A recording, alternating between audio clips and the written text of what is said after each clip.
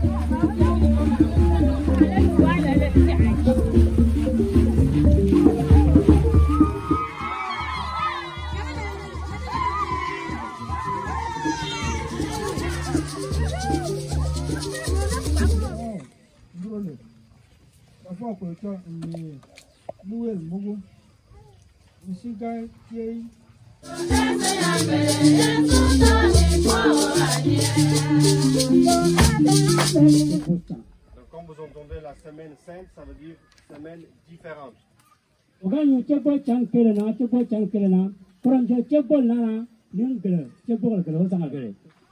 les palmiers, il y a beaucoup de branches, n'est-ce pas? Voilà, c'est comme la vie chrétienne. Il y a beaucoup de gens, il y a beaucoup d'étapes de notre vie spirituelle. Il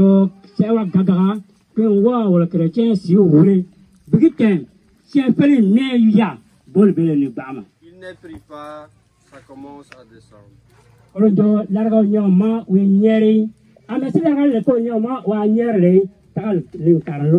C'est fait avec une branche sèche.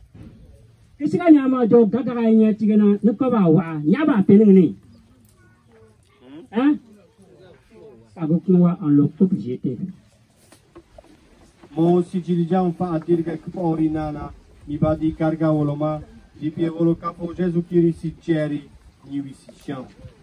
Yeshua yeli yemie mi ceri di canle yele kelina.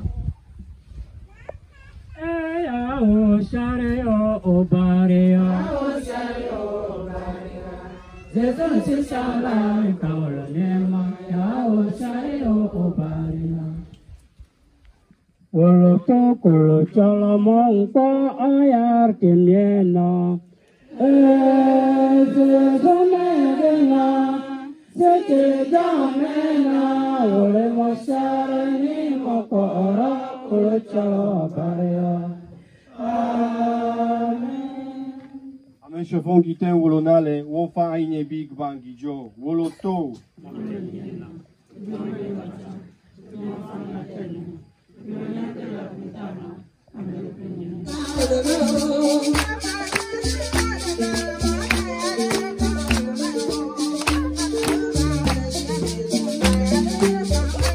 Kinso capo I pieni eleni. Kinso kolociolo ile yari mie cafolo ui dubauta yelena urovile tofo ni jafo ni sici di jamena. Washe ni Jésus Christ yenigni. Obaraka kolociolo.